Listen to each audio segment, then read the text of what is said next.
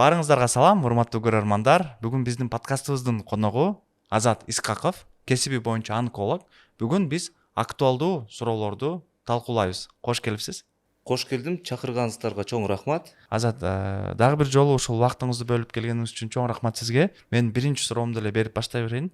Өзүңүз жөнүндө кененирээк маалымат айтып кетсеңиз. Атым Азат Исқақов болот. Мен врач-онколог болуп иштейм. Тажрыйбам быйыл 10 жыл болду. Ушул онкология тармагы эң оор тармактардын бирөөсү болуп эсептелинет да. Анткени ал жерде оор бейтаптар келишет.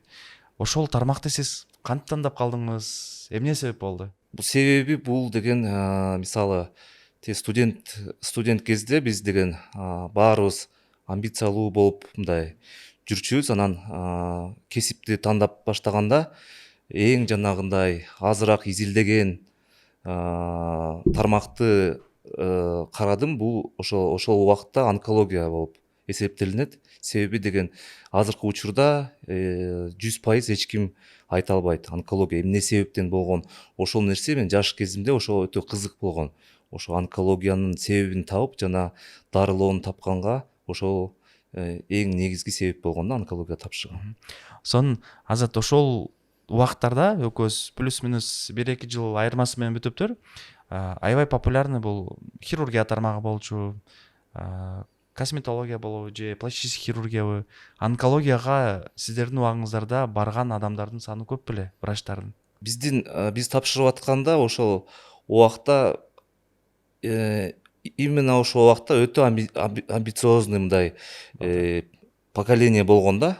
Ошондо жана биздин чоң агайлар деле айткан, ошо буга чейин бизге чейин мисалы бир жылда 1-2 адам эле тапшырчу. Биз тапшырганда бир 30-40 киши болуп тапшырганбыз онкология.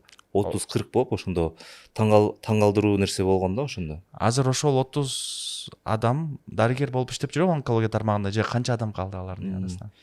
Эми тилекке каршы азыр баары эле иштебей эле, себеби бул башында мисалы студент кезде бул мисалы амбиция менен киресиң ишке, бирок уже жана реалдуулукка келгенден кийин уже көп адамдар чыдабай таштап, жумушун таштап, башка кесип менен кетип калган көп.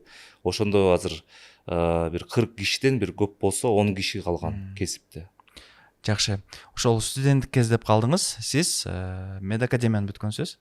Ооба, медакадемияны бүткөн. Ошол окуп жүргөн учурда биринчи иретте студенттик кездерде кандай кыйынчылыктар болду? Ординатурага тапшырганда кандай кыйынчылыктар болду, айтып кетсеңиз. Студенттик кезим баары билгендей эле эң медакадемия деген бул жана эң оор окуу жай деп эсептелинет. Себеби биздин жана бош убакытта биз бош убакыт деле болчу эмес. Бош убакытта биз китеп окуп, библиотекада отуруп, жана жалаң эле ар кандай материалдарды чогултуп жүрө берчүбүз. Күн ошо менен эле өтчү. Жана азыр айтат го, студенттик кез аябай мындай эсте калат деп, бирок бизде ошо эсте калган эле ошо окуу эле болду да. Себеби көп жерге деле эс алганга барчу эмеспиз. Бүт жана бош убакыт окуу менен эле жүрүп калганбыз да. Ошол ординатура убагында бардыңыздар, ошол 30-40 адам, өтө оор бейтаптар бар. Сиздер мындай шок абалда болдуңуздарбы? Кандай абалда болдуңуз? Кандай кыйынчылыктар болду? Кыйынчылык бул биринчиден жанагы бизде деген башында мындай эми айтылгандай эле общий мындай представление жок эле да онкология жөнүндөчү. Маалымат бар болчу, ошо онкология, рак оорусу жана дары дагы эле таба элек деген нерсе да. Бирок уже бейтаптарды көргөндө, бейтаптар кыйналып атканды көргөн, биринчи мисалы ар кайсы бир дежурствада турганда бейтаптар кайтыш болуп, каза болуп ошол жактан, ошондо бизге кичине стресс болгон. Бирок убакыт менен ошол ритмге көнүп, кесибибизге көнүп, анткени бул биздин кесиптин бир бөлүм да. Себеби ар бир медициналык кесипте мисалы жакшы результат болот, жана жаман результат болот. Бирок онкологияда тилекке каршы көбүрөөк жана эме болот да. Смертельный исход деп коет, ошондой көбүрөөк болот. Бул деген биздин жумуштун ар бир этабы да. Ошол дежурствага турдук деп айттыңыз. Анан мен университетте окуп жүргөндө деле адамдар эртең менен саат 4-тө баягы жандуу очередке барып отурушчу да. Сиздердин убагыңыздарда деле ошондой учурлар болдубу? Анан ошондой ситуациялардан кантип чыгышчу? Өз көзүңүз менен көрө белеңиз ошондой нерселерди? Өз көзүм менен көрдүм, очередтер аябай көп болчу, себеби бул биздин улуттук центр бул Кыргызстан боюнча эң мындай жогорку жанагы третичное звено деп коет, жогорку дарылоо берген жана ооруканасы деген бүт Кыргызстан боюнча жалгыз болчу, ошол үчүн очередь көп болчу. Анан бирок иштечүбүз, очередке карабай баарына жардам бергенге аракет кылчубуз. Тиги биздин жалпак тил менен айтканда бышып какталган окуялар болуптур да ошол жерде ооба жүргөнүңүздөрдө. ооба биз так сиз айткандай ординатура кезде ошо онкологияда жашап калдык деп Ооба, айтсак болот ачык ооба. эле. Себеби деген күнү түнү ошол жакта жүрөбүз.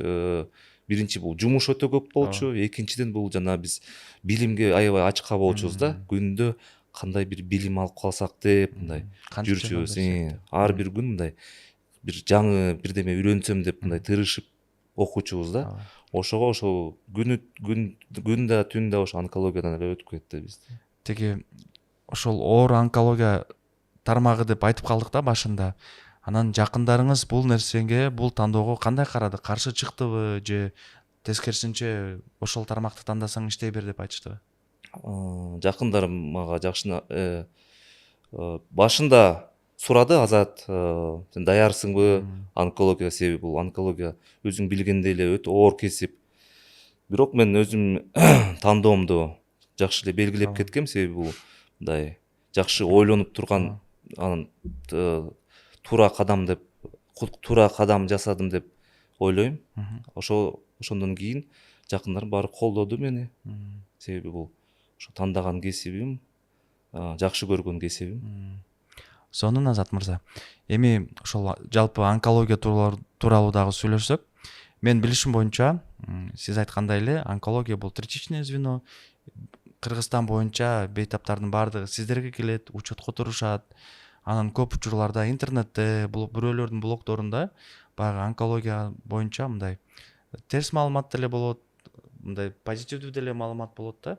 Ошол бүгүнкү күндө анан чет мамлекетке дарыланганы да кетип жатышат адамдар.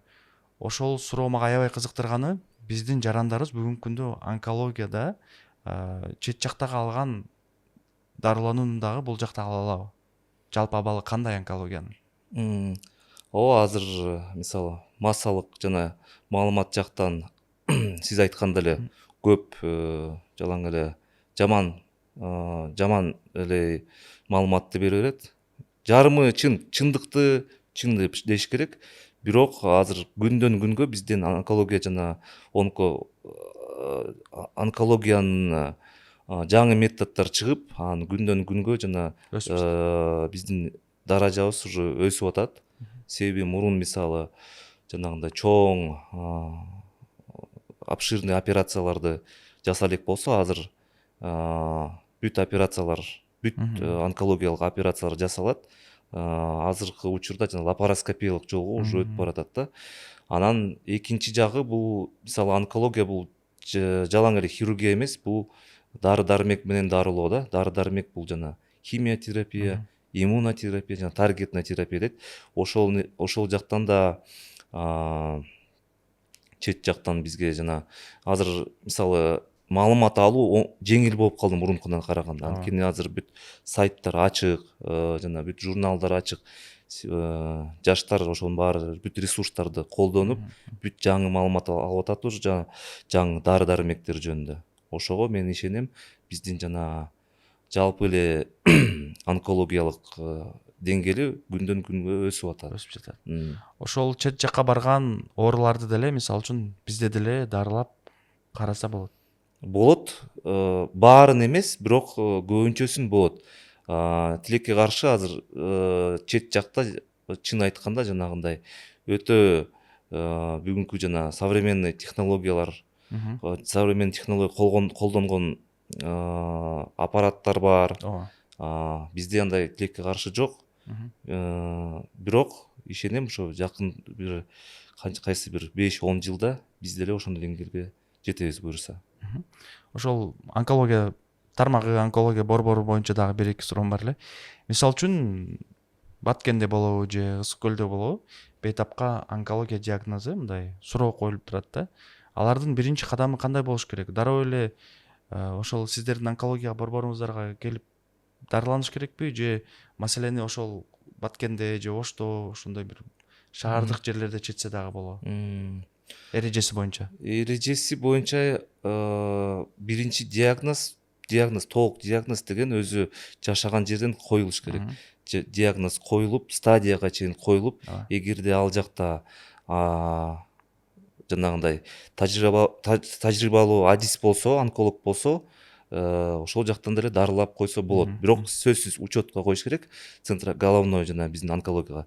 Бирок эгерде колунан келсе, билими жетсе, жана бүт юридикалык жана жактан бүт документтери болсо, албетте сөзсүз жана дарыласа болот. Бирок азыркы учурунда жана региондордо кадрлар дефицит болгон маселеси үчүн эле көбүнчөсү ошол себептен эле баары бүт бейтаптар баары эле Бишкекке келип дарыланат да. Ошонун артынан очередтер да көп болуп атат. Ошонун артынан очередтер болуп атат. Кыргызстанда мыкты онколог болуш үчүн абдан чоң жумуш жашаш керек да. Ошол оор бейтаптар менен иштеш керек, жаңы билимдерди алыш керек. Вот сиз өзүңүз дагы ошол тажрыйбаңызды жакшыртуу үчүн чет мамлекеттерге барып окуп жүрөсүзбү? Ооба, албетте жакшы онколог болом десең, мисалы, бул жалаң эле онкологияга тийиштүү эмес, негизи эле мындай адамчылык жактан, мисалы, чет жакка барсаң, жана кругозоруң чоңоет деген сөз да, общий кругозор, жалпы кругозор. Медициналык жактан деле ошондой, мисалы, чет жакка барганда биз, мисалы, мен Казакстан, Белоруссия, Индия, Россия өлкөлөргө барып, ошол жактан стажировкаларды өтүп, окуп жана жалпы эле службаны көрүп, кандай иштеп атат служба, жана онкологиялык служба, врачтар кандай жаңы методдорду колдонуп атат, ошонун баарын үйрөнүп, анан ошо Кыргызстанга келип, акырын киргизгенге эми аракет кылып атабыз да. Азыр жакында буюрса ошо айдын аягында Турцияга чакыруу келди. Ошо Турцияга барып, дагы бир жумадай стажировка өтөбүз. Ошол сиз чет мамлекеттерде көптөгөн жерлерде болупсуз. Анан Кыргызстандын онкологиялык жалпы абалын көрүп турасыз. Жалпы мындай алганда айырмачылыктар эмнеде болуп жатат? Биздин дарыгерлердин деңгээли жалпысынан кандай? Ошол онкология тармагы кандай? Жабдыктарда маселе барбы? Кандай, ошол жөнүндө айтып кетсеңиз? Айырма бар, өтө эле чоң. Ачык эле айтыш керек, биз көп өлкөлөрдөн калып калганбыз. Эң биринчи негизги маселе бул жана акча маселеси да, финансирование.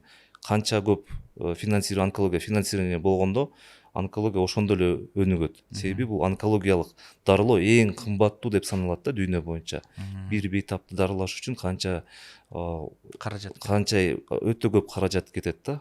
Ошондуктан бул эң биринчиси, бул эгерде өкмөт онкология жакты финансировать этсе, ошол жактан эле акырын өнүгүп баштайт да. Ошол каражат деп жатасыз, ошо башка өнүккөн мамлекеттерде көбүнчө мамлекет өзү жардам береби же жанагы страховой компания деген кызматтар көп жардам көрсөтүшөбү? Ал жакта мамлекет дагы жардам берет, страховой компаниялар да жардам берет, бүт жактан. Мамлекеттин каражаты жетпесе, страховканын эмеси жетпесе, көп өтө жана благотворительный фонддор бар экен, өтө чоң фонддор. Ошолор жанагы жетпеген каражатты толуктап берет. Түшүнүктүү. Эми жанагы журналисттер жөнүндө да башында айтып калдык элек, ошол жөнүндө да сурап берип кетейин. Ачык ачык керек, жана YouTubeга кирсең эле ошол күчү жеткени ошол онкологияда эле сезиле берет да. Барып онкологияда карабай жатат, мындай кылып атат, тигиндей кылып атат. Чындап эле ошондой ситуациялар болуп жатабы онкология тармагында? Же бул негизги маселеси бул ошол дарыгерлердин жетишсиздигинен болгондуктан очередь көбөйүп, көйгөйлөр чыгып атабы ошол нерселер? Азыр медиктерди бүт жактан эле кысып атат.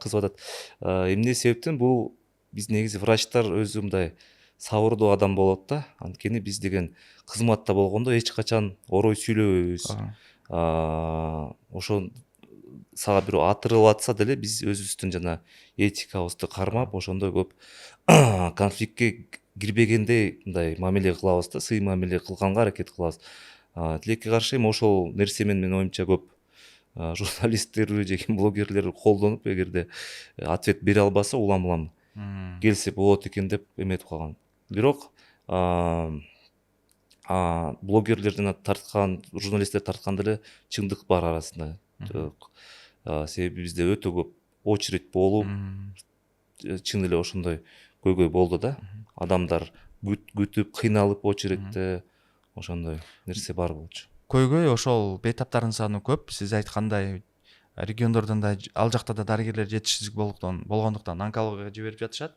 А бул жерде дарыгерлердин саны дагы аз болгондуктан баардыгы мындай ойдогудай каралбай калып жатат. Демек бул көйгөйдү келечекте дарыгерлердин санын көбөйтүү менен чечкенге аракет кылса болот экен. Ооба, бул биринчиден бул кадрларды даярдоо, экинчиден бул жанагы койка место деп коет, жана больницаны кеңейтиш керек да. Себеби биздин онкологиянын салганы канча өтө көп жыл мурун болгон. Азыр биздин жалпы саныбыз өсүп атат, элдин саныбыз өскөн сайын, бирок биз дагы эле жана мурунку жана койка менен иш кетип атат да. Ошол биздин президентибиз жанагы кол койгондой эле шаардын четинде медицинский городок ачылат деп жатат. Балким ошол жерде дагы сиздерге орун берип калат. Ооба, балким. Түшүнүктүү. Азат мырза, менин кийинки суроом. Мен билишим боюнча сиз буга чейин айтып кеткенсиз, тажрыйбаңызды сиз чоңдор онкологиясында иштеп баштагансыз, бирок бүгүнкү күндө ошол жаш балдардын, наристелердин онкология бөлүмүнө өтүп кеттиңиз да. Себеп эмнеде болду? Себеп көп себеп болгон. Биринчи себеп бул жана биз өтө көп киши болуп тапшырганда биздин жанагындай биз тапшырып аткан кезде бир жумушка кириш өтө оор болуп калды. Себеби бүт жакта ставка жок. Мен айтып кеткендей, биз 30 киши турабыз жумушсуз.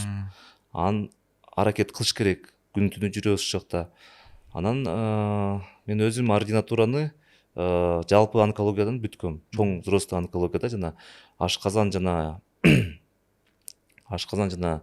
абдоминальный онкология деп коет да, абдоминальный онкологияда бүткөм. Ошол кезде Тилеков Эрнис Абдыш директор болгон.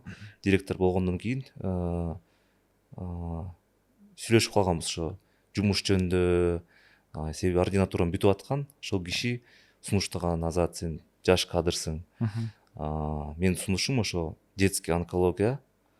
Эң жанагындай азыркы перспективдүү жана актуалдуу направление деп айткан мага. Анан ойлонуп көр деди. Анан ошол күндөн баштап мен өзүм изилдеп баштадым. Балдар онкология боюнча статистикасы кандай, канча бала жыл сайын кайрылат, канча бала чарчап калат, канча айыгат. Ошондуктан чоң кишилер менен салыштырганда кичинекей балдардын жанагы проценти өтө эле жогору. Толук шанс сакайган кичинекей балдардыкы өтө эле жогору болду. Ошол нерсе мага аябай кызык болду. Себеби эми ар бир врач иштегенде мисалы бейтапты сакайтып, мындай сакайтканга аракет кылат да. Ошол эң негизги маселе ошол болду. Себеби өтө результаттар жакшы болду детский онкология жактан. Ошондо бүгүн сиз жаш балдар онкологу болуп иштейсиз. Жалалдык ооруканада деп айткансыз, жана жеке менчик клиникада. Ошондо сизге бүгүнкү күндө кандай бейтаптар кайрылышат, кандай диагноз менен, кандай даттануулары бар болуш керек? Сизди мисалы үчүн интернетте азыр подкаст көрүп жатат. Сизге кайрылгысы келет, бирок кайсыл суроо менен кайрылса болот? Көбүнчөсү мына азыр балдар онкология жөнүндө айта кетсек, жана статистика кыскача айтып кетейин. Бул балдар онкологиянын жарымы бул деген жана ак кан оорусу. Ак кан оорусу. Экинчи орунда бул жана мээнин шишиктери турат. Мээнин шишиктери бизде деген балдар онкология экиге бөлүнөт. Бул балдар онкология жана онкогематология. Онкогематология ал жана кан оорулары менен алектенет. Биз болсо жеке мен шишиктер менен шишиктерди дарылайбыз. Шишиктердин эң жана көп кайрылган бейтаптар бул жана бөйрөк шишиктер менен бөйрөк ишиктери менен нейробластома деген оору, экинчи орунда боордун ишиктери жана башка ишиктер да. Себеби жана айткандай эле онкологический жана оору чачта жана тырмакта эле болбойт, калган бүт жерде эле болот. Сөөктүн онкология, сөөк рак менен көп балдар кайрылышат. Эми онкологиянын бир аз мындай моралдык, психологиялык жагына да келсек, мисалы үчүн бул диагнозду айтыш туугандар үчүн өтө оор болсо керек деп ойлойм да. Ошол сиздер эгер ошондой диагнозду койгондо бейтаптар ошол сиздин айткан сөзүңүзгө кандай реакция берет, жакындары деги эле айтуу кыйынбы сиз үчүн? Ооба, анткени азыр башка медициналык тармак менен салыштыра кетейин. Мисалы экстренный хирургияда болсо ачык эле айтат, сенде аппендицит срочно жатыш керек, kesиш керек. Же неврологияда болгондо мисалы инсульт болду же невралгия болду, дарылаш керек, жатыш керек, капельница алыш керек деп айтышат. Бизде андай иштебейт. Себеби биздин эл психологиялык жактан андай диагнозду укканга даяр эмес. Көтөрө албайт. Ооба. Бул жана биздин жана илгертен бери сиңип калган, бул жаңы эң негизгиси миф. Бул жана онкология болгондо адам сөзсүз өлүп калат деген бар да бизде. Анан биз деген ошону билип туруп бейтапты даярдайбыз. Психологияны көрөбүз, изучать этебиз адамды.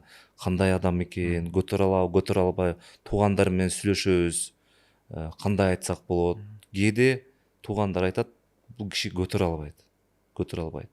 Айтсаңар эле өзүн жоготуп ийет, таштай берет. Ошондуктан биз көп учурда жанагындай алдаганга мажбур болуп калабыз да. Себеби бул кишини биз жана мотивация берип, сакайтканга мындай шанс жогору деп күндө мындай аракет кылабыз да. Рак деп угуп калганда психология жактан тилекке каршы көбүнчө өзүн таштап калат. Анда канча мотивация берип берсең деле адам көтөрө албайт. Туугандардын макулдугу менен сиздер кээде айтпай коюуну туура көрөсүздөр. Туугандар өздөрү суранат. Суранат. Айтпагыла, биз билебиз. Айтып койгот, жөнөкөй эле шишик, жөнөкөй эле жаракат алды, язва болду. Ошол менен биз дарылайбыз да. Ашказан, боор болгондо. Мисалы жаш балдарда дагы диагноз коюлганда, аларга көбүнчө сиздин айтууңуз боюнча ата энелер эч нерсе айтпай эле жакында жакшы болосуң деп эле моралдык поддержка берет. Ооба. Ата эне балдарды дарылоо бул жана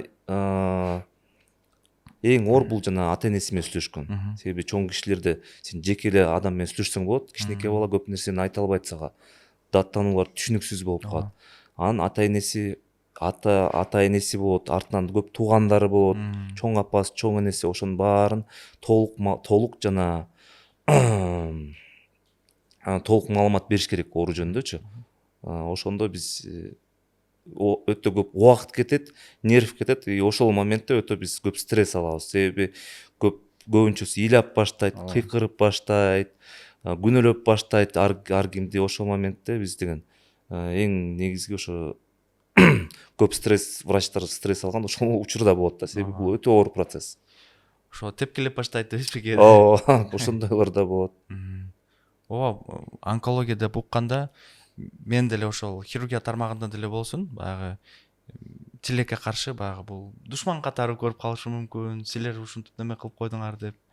Ошондуктан сиздердин жанагы азыркы айтып аткан нерселериңизди аябай мындай денем менен сезип турам да канчалык оор экенинчи. Анан менин кийинки суроом Азат мырза сизге, ошол жашооңузда эсте калган окуялардын бирөөсүн айтып берсеңиз. Биринчиси бул ошол мисалы жакшы болбойт деп жакшы болуп кеткен учурлар болгонбу? Экинчиси бул жакшы болот деп дүйнөдөн кайткан учурлар. Эки мисал кылып айтып берсеңиз. Эки мисал. Жакшы жагынан баштайын. Бизде деген былтыр эмес 2 жыл мурун 1 жаштык бейтап түшкөн, өтө ичи чоң болуп, өзү сапсары, боору уже жакшы иштебей, бала кусуп, тамак ичпей, изилдөөдөн өткөндөн кийин аябай чоң бир шишик бар болчу ичинде, даже түшүнүксүз болуп калган да. Шишик чоң болгон себебинен түшүнүксүз болуп калган. Бул боордон чыгып атабы, каяктан чыгып атабы. Бирок биз жанагындай диагноз туура коюп, бул диагноз нейробластома болуп калган. Нейробластома болуп дарылоону баштаганбыз. Дарылоону баштаганда эле бул бала дем ала албай калат. Дем ала албай биз реанимацияга түшүргөнгө мажбур болдук да. Реанимацияга түшүп, бирок реанимациядан врачтар көрүп ата энесине айтып койгон ошо: бул бала адам болбойт, үйгө эле алып кеткиле баланы деп. Ата энеси ыйлап чыгат, мага айтат ошондой реанимацияда ошондой тилекке каршы ошондой айтты. Бизде уже даяр, өзүлөрү уже көзүнөн көрүнгөн, уже даяр болуп калган. Биз үйгө эле алып кетели деп мага кайра келишкен. Анан айттым, эми үйгө алып кеткенде бул балаңыз машинеге чейин да жетпейт. Себеби ал бала кислороддо турат, машинеге да жетпейт. Андан көрө кайра эле биздин палатага которолу, кислороддун баарын кошуп, дарылообузду уланталы. Себеби артка жол жок да, мындай айткандачы. Дарылап көрсөк, кичине болсо деле шанс болот. Өчүрүп салсак эле бала кетип калат деп. Ошентип айткандан кийин кайра палатага котордук. Которгондон кийин жанына отуруп, жанагындай дозаларды кайра жаңынан санап, химиотерапияны баштагандан кийин эле экинчи, үчүнчү күндө акыбалы жеңилдеп баштады баланын. Өзү дем алып, куспай, өңү өзгөрүлүп, жана анализдер бүт нормага келип, ошентип бир курс жасадык. Бир курстан кийин кадимкидей баланы ичи кичирейип, өзү басып, кийин жана жалпы биз 4-5 курс жасагандан кийин, изилдөөнөн өткөндөн кийин шишик полностью кетип калды. Шишик азыркы учурунда бала уже 4 жашка, 3 жашка чыкты. 3 жашка чыгып, жакында эле изилдөөлөрдөн өткөн. Эч кандай шишик табылган жок. Азыркы учурунда ошо ата энесине эстеп коем да, тамаша катары: билесизби, уже даяр болгонсуз депчи. Анан ошо көзүмө каралбай эметип коет да, эми ошондой болгон деп. Ушул жерде дагы бир суроо пайда болуп калды да. Онкологиялык оорулардын ийгиликтүү, жакшы болуп кетишине негизги себептер кимдер болот? Мисалы, бир жагы бул дарыгер, буну сурайын деп атканым, ата эненин дагы ролу барбы балдардын жакшы болуп кетишине? Канчалык? Ооба, бул эмеден баштап кетейин.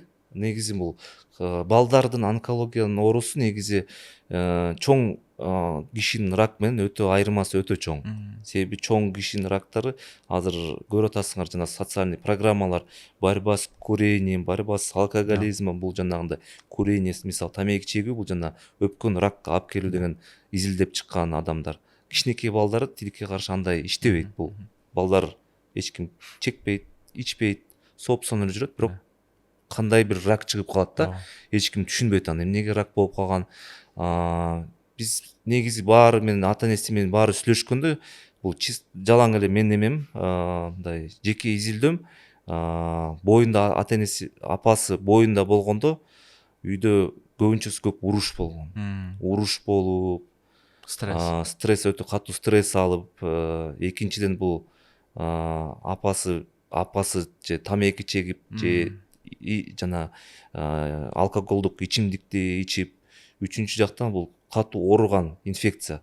Катуу инфекция менен ооруп, катуу грипп болуп айтышат да көбүнчөсү. Бул жана доказательный медицина деген боюнча деле бүт балдар онкологиясы бул как врожденный порок саналат да. Врожденная мутация генов деп коет. То есть кайсы бир генде жаракат кетип, кийин ошо генден шишик пайда болот деп саналат да. Ошондо бул жана гендин жаракатсыз болгон нерсе, бул жана так стресс менен жана ооруган, жана кайсы бир апасы ооруп аткан оорулардан байланыш түзмө-түз бар да. Демек ошол бүгүнкү күндө баланын жакшы ден соолугу чың болуп төрөлүүсү үчүн өтө маанилүү бул кош бойлуулукту пландоо болуп калып атат. Ооба. Хорошо. Эми экинчи суроо бул ошол эң кайгылуу окуялардын бирөөсүн дагы айтып кетсеңиз. Бир 6-7 жыл мурун болгон да, 6-7 жыл мурун болгон. Бизге бир кичинекей бала түшкөн, 3 жашар. Бирок өтө акылдуу бала болчу да, өтө акылдуу бала болуп, обход биз күндө обход жасачубуз. Обход баштаганда эле өзү жатып берип ичин ачып көргөзүп, бул жакты кармагыла, бул жакты кармагыла деп. Ошондо бизге көп студенттер да келген. Студенттерге наоборот өзү мындай көргөзүп, мына могу жакта шик, момундай кармагыла үйрөтүп болгон. Өзү бала 3 жашар эле да. 3 жашар эле, анан өтө акылдуу болчу. Сүйлөгөндө чоң кишидей сүйлөчү, жүргөн баскан мындай өтө серьезный бала болчу да. Анан баарыбызга жагып калган ошол бала. Баарыбызга жагып, леченияны дарылоону баштаганбыз. Баары ийгиликтүү болуп, жакшынакай болуп, болуп аткан жерден анализдери түшөт.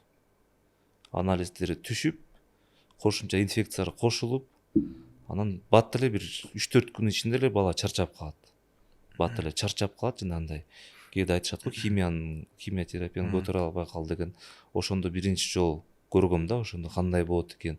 Ошондо мен кандай бир ошол балага аябай көнүп калдым да. Көнүп, жанында жүрүп, ойноп, мындай өтө необычный бала болчу да. Анан ошондо отуруп кечке ойлонуп, ошондо биринчи жолу бейтап үчүн ыйладым да, кечке ыйладым да. Ошончалык жаман болду, ичимен да кесибимди таштап салсамбы деген ойлор келип калган да. Анткени өтө мага оор болуп калган да, ошол нерсени көтөргөнчү. Өтө оор болгон, бирок жанагындай биздин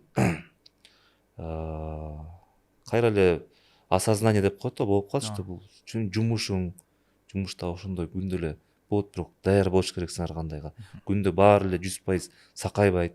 Даже бүт Америкада болобу, Европада болобу, эч ким 100%га эч кандай жете албайт. Ошол жаш балдар көз жумса, менин оюмча өтө чоң удар болсо керек. Бул ата энесине деле, дарыгерге деле. Себеби алардын үмүтү бул жашоого чоң болчу деп ойлойм. Бирок ушундай учурларда ата энелери дарыгерлерге кандай реакция берет? Сиздерди урушабы, жаман сөздөрдү айтабы же түшүнүү менен кабыл алабы? Кандай окуялар кызык? Бул жакта окуялар көп болот, ар кандай болот чын айткандачы. Бирок мен ойлойм, бул ошол дарылоо, биздин дарылообуз өтө узак болот. Бир жылга чейин жетип калышы мүмкүн. Ошол убакытта сен жалаң эле өзүң врач катары эмес, жана адам катары көргөзүш керексиң да. Эгерде сен болгон аракетиңди кылып, адамкерчиликтүү, сабырдуу, ошонун баарын эң жана адамдын негизги сапаттарын көргөзсөң, ошондо сага эч кандай доомат кылбайт эч ким.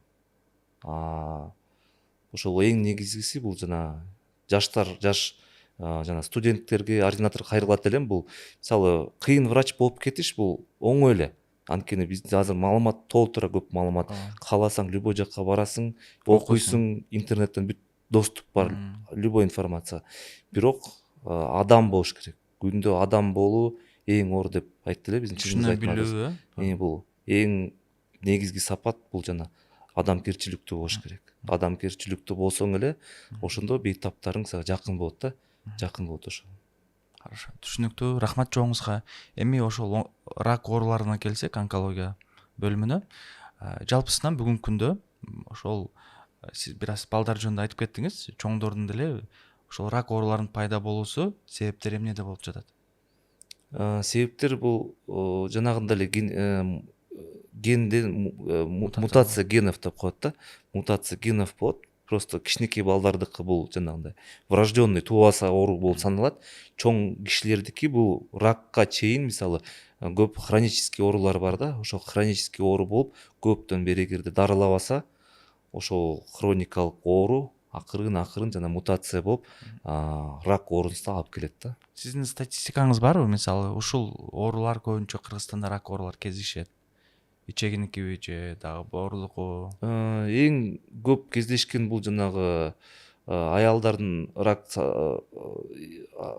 молочной железы, рак шейки матки, рак желудка. Бул эң 3 жана эң көп кездешкен рак оорусу болот да. Ошондуктан жанагындай профилактика катары биз сунуштайбыз.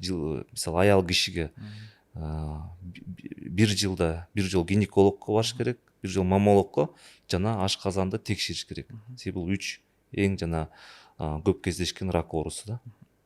ошол сиз башында айтып калдыңыз, ушул онкологиялык оорулар кантип пайда болот экен деп изилдөөгө кызыкчумун депчи. Бүгүнкү күндө ошол маалымат булактарда арак, насвай, тамеки жана башка терс адаттар онкология ооруну мындай чакыртат деп айтат. А бирок кээ бирөөлөр айтат, мен там тайтам 70-ке чейин 80-ге чейин насвай чегип жакшынакай эле жүрөт дейт. Бул канчалык туура? Чын эле ал нерселер онкологияга алып келбейби, же бул кээде мындай сергек кездешүүчү окуяларбы? Жок, бул уже изилделген нерсе. Тамеки жана рак, өпкөнү ракка алып келет, вирус папиллома человека, рак шейки матки алып келет. Бул доказанный нерсе. Бул жакта эмнени байкаш керек биз? Бул жанагындай көп фактор болуш керек. Бир эле мисалы адам чексе эле бүттү рак оорусуна жабыркалат деп айта албайбыз. Себеби бул көп фактор болуш керек. Биринчи мен айткандай эле стресс болуш керек. Ошондо экинчи бул тамеки чегүү болуш керек. Үчүнчүдөн хронический оору болуш керек. Ошондо баары кошулганда 4-5 жана пазлдай да, бул рак оорусу бул өзүнчө мындай пазл да. Ошо пазлдар келишип калганда ошондо гана жана мутация башталып кетет да, ошондо гана. Бирок ушул нерсенин пайда болушуна жок дегенде 5-10 жыл убакыт кетет, мен билишим боюнча. Же бул бат эле дагы пайда болуп калышы мүмкүнбү? Ар кандай оору болот. Ар кандай оорулар болот. Рак оорулары мисалы, бул рак деген мындай өтө общий жана жалпы эле сөз да. Анткени рактын өтө көп түрлөрү болот. Бат өскөн рак болот, жай өскөн рак болот. Ошондуктан бул рактын түрүнө байланыштуу болот да. Эми биз жакшы көргөн, эл жакшы көргөн мындай актуалдуу суроолордун бирөөсү ошол рак оорулар тууралуу көптөгөн мифтер бар да. Бул оору мындан пайда болот экен, же тиги рак оорусуну там витаминдер менен дарылап койсо болот экен, жакшы болуп кетет экен, мен рак оорудан айыктым деген адамдар да бар да. Ошол сизде топ 3 балким мындай көп кездешүүчү мифтер тууралуу сиз айтып кетсеңиз, жана ошолорду туура же туура эмес экенин белгилеп кетсеңиз, дарыгер катары.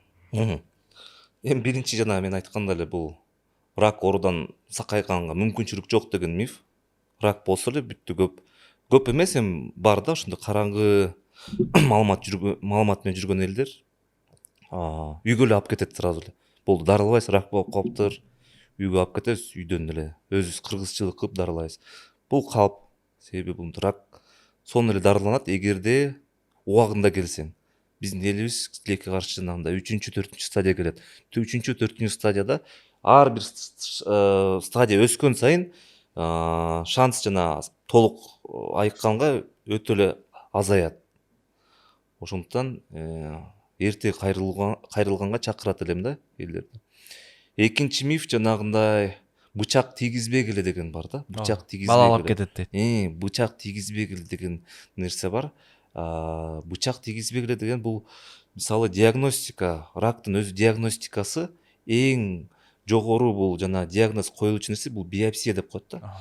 Биопсия деген сөзсүз кичине этти алыш керек, ошону микроскоп менен карап изилдеп, ошондон кийин эле диагноз коюлат толук. Калган жана УЗИ, томограмма ал толук диагноз койгонго эч кандай жетишсиз да, эч кандай.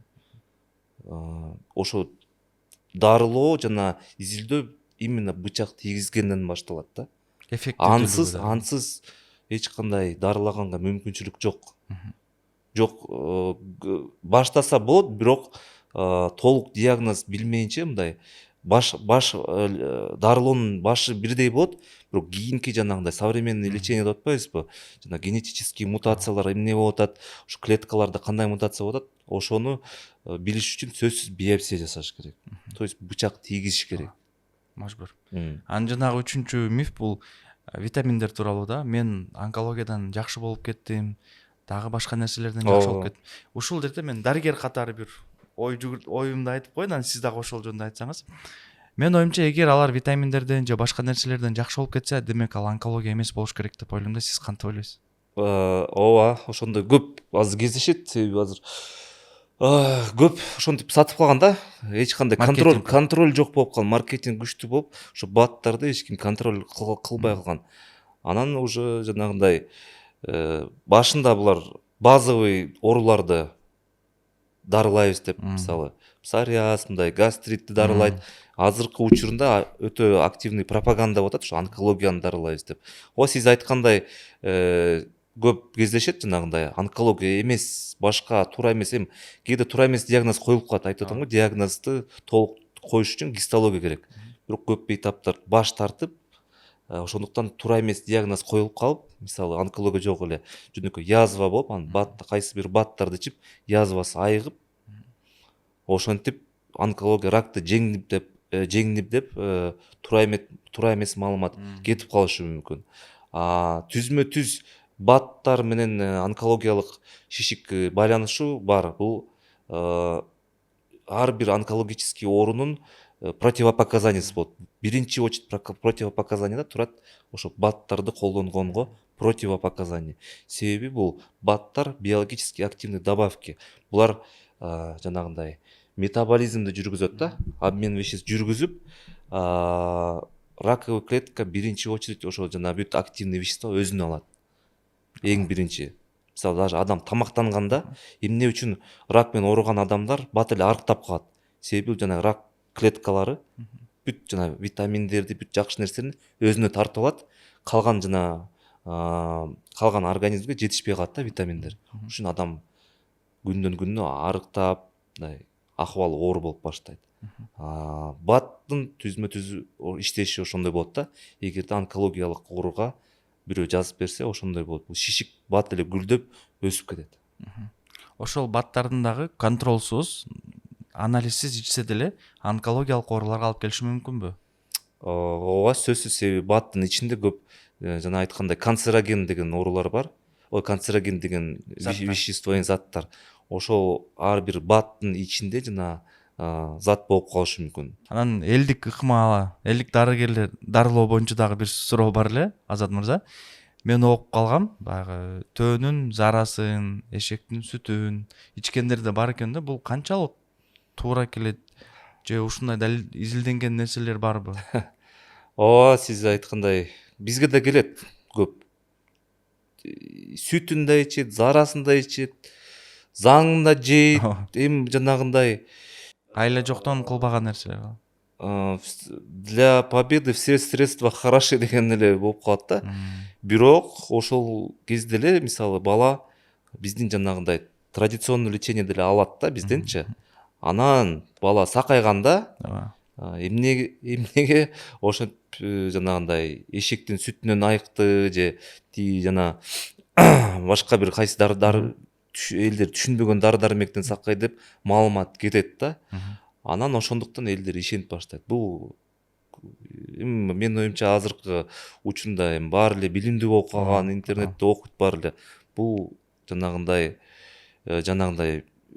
методдор бул эч кандай эффективдүү болбойт.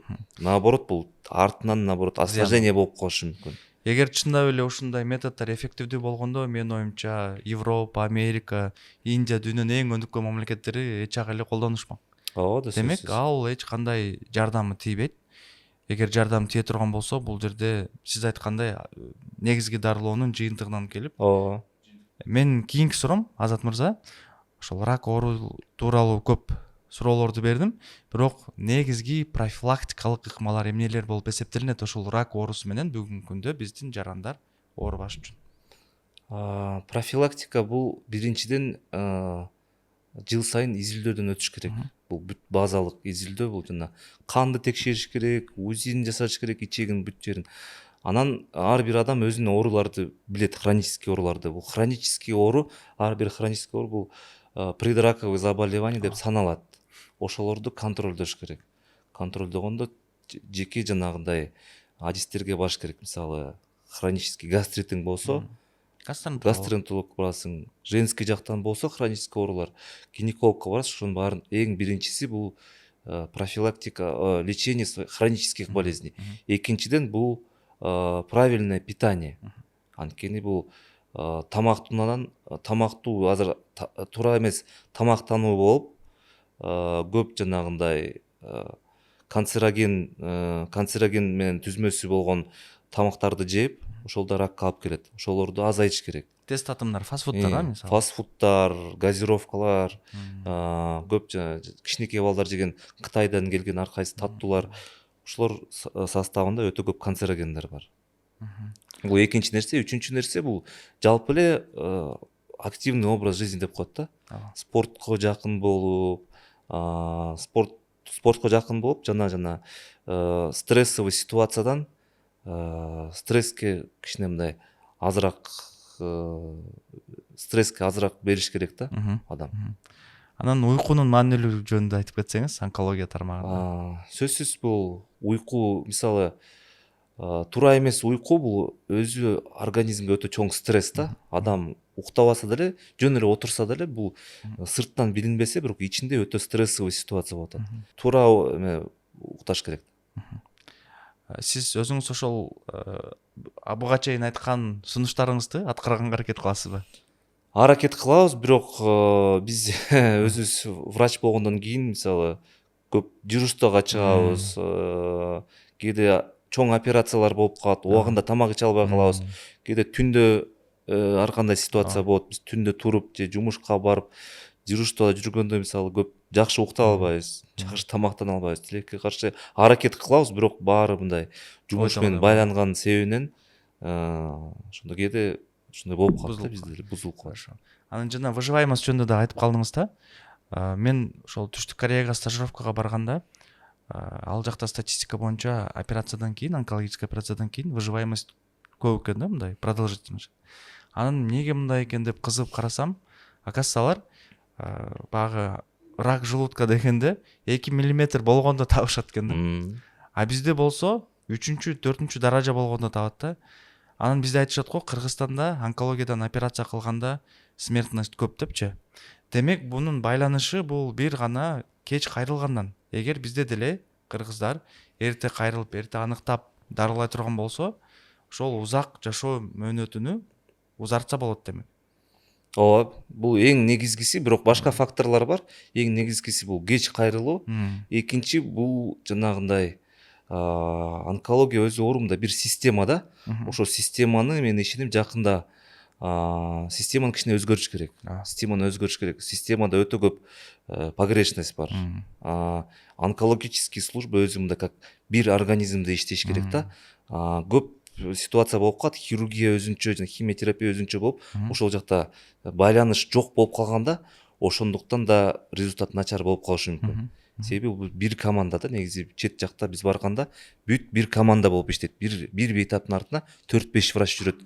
Бир одновременно жүрөт да. Бизде этап менен бөлүп салганда, этап менен бөлгөндө ошол жактан упущение болуп калышы мүмкүн. Бул жанагындай системага тийишүү нерсе да. Азат мырза, мен кийинки суроом, жана режим боюнча айтып калдыңыз да, бүгүнкү күндө сиз ошол балансты кармаганга кандай кадамдарды таштап жүрөсүз? Баланс деген нерсе жашооңузда барбы өзү? Баланстык сөзсүз биз аракет кылабыз жасаганда. Мисалы бул өзүм детский онкологияда иштеп, кандай жакшы жактарын айтып кетейин. Жакшы, жаман, жакшы жактар өтө көп. Себеби мен 3 балам бар. Анан үйгө келгенде кадимкидей балдарды күндө кучактап өп, Кудайга күндө рахмат айтасың. Балдардың ден соолукта эч ким оорубайлы. Анткени жумушта көрөсүң, эмне деген кыйынчылыктардан өтүп атат. Балдар чарчап калып атат. Ошол үй бүлөлөр бала чарчагандан кийин ажырашып кетип атат. Чогуу жашабай, себеби бул бала эле бириктирген да эки адамдычы, бала жок, үй бүлө да жок болуп калат. Ошондуктан балдарды кучактап өбөсүң. Анан албетте жумуштан көп стресс аласың. Ошо стрессти жоготуш үчүн мен мисалы залга барып машыгам да. Жумасына 3-4 жол залга барып машыгып, бүт ошол жактан стрессти чыгарып, муздак душка түшүп, и ошо балансты кармаганда туура тамактанып, эртерээк жатканга аракет кылып, ошондуп күндө жаңы күч менен жумушка кирем. Жаңы дем менен. Өзүңүздүн хоббиңиз барбы мындай?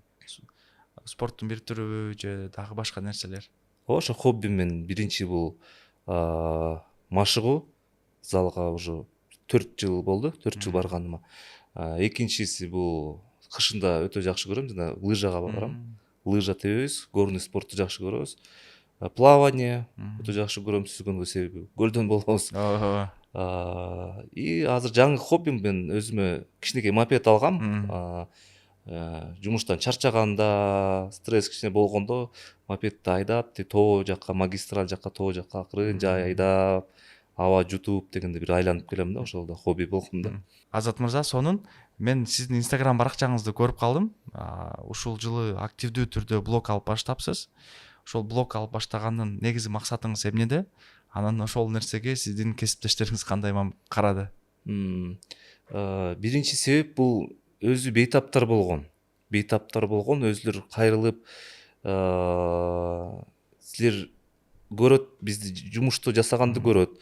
Анан айтышат да, ошо силер биякта жасаганды чын айтканда эч ким билбейт Кыргызстан боюнча. Силер күнү түнү биякта иштеп атасыңар, көп нерсе кылып атасыңар, чет жактан деле жасаган нерсени кылат экенсиңер.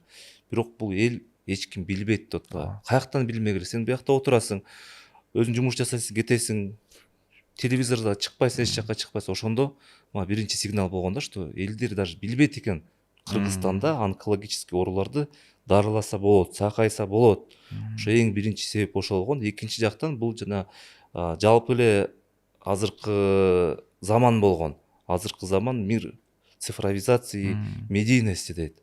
Көп тааныштар, курсташтар блогту баштап, ошонун баарын көрүп, суктанып, мага да мотивация болгон да ошол жагы. Ошентип акырын аракет кылып баштадым. Буюрса жагып атат мага өзүмө. Кесиптештериңиз кандай?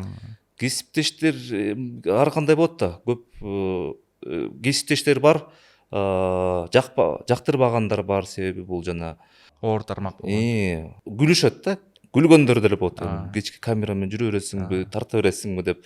Ошондой бар. Жашыраак поколение, биздин поколение түшүнөт, себеби бул азыркы эң негизгиси инструмент болуп калган.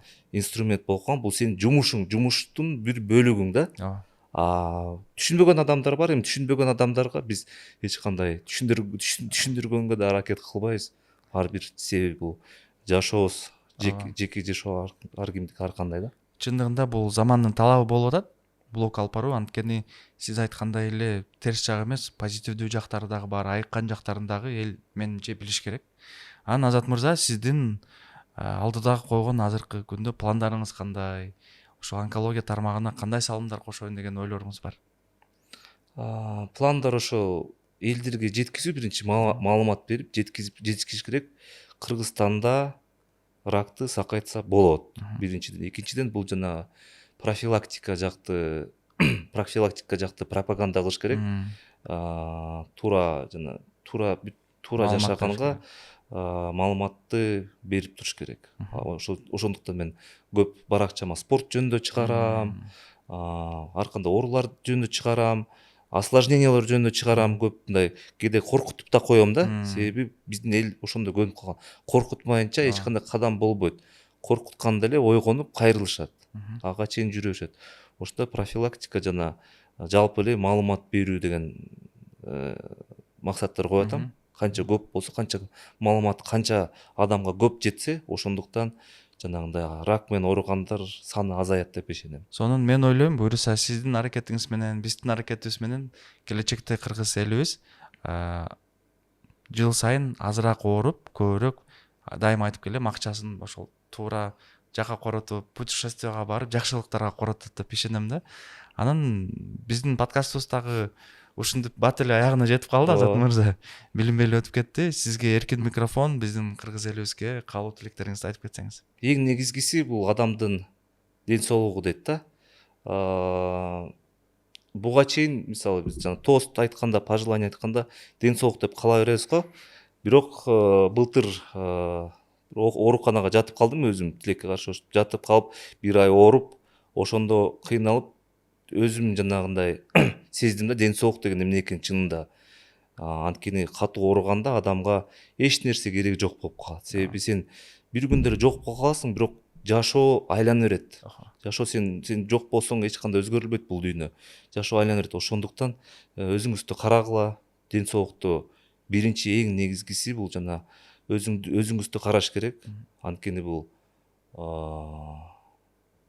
убагында дарыласаңар бул биринчиден эффективдүү болот, экинчиден каражатыңыз көп кетпейт. Тилекке каршы орунду койруп салсаңыз результат деле начар болуп калышы мүмкүн. Жана бул эгерде биз онкология жөнүндө айтып атсак, бул өтө каражаттуу нерсе, өтө эле каражаттуу нерсе. Дагы бир жолу рахмат Азат мырза келип бергениңиз үчүн. Подкастыбыз жакшы өттү. Маалымат толук бердик.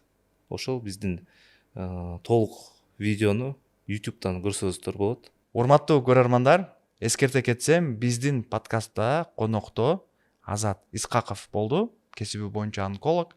Эгер подкаст сиздерге кызыктуу болсо, сөзсүз түрдө комментарий калтырып, лайк басып, бизге катталганды унутпаңыздар.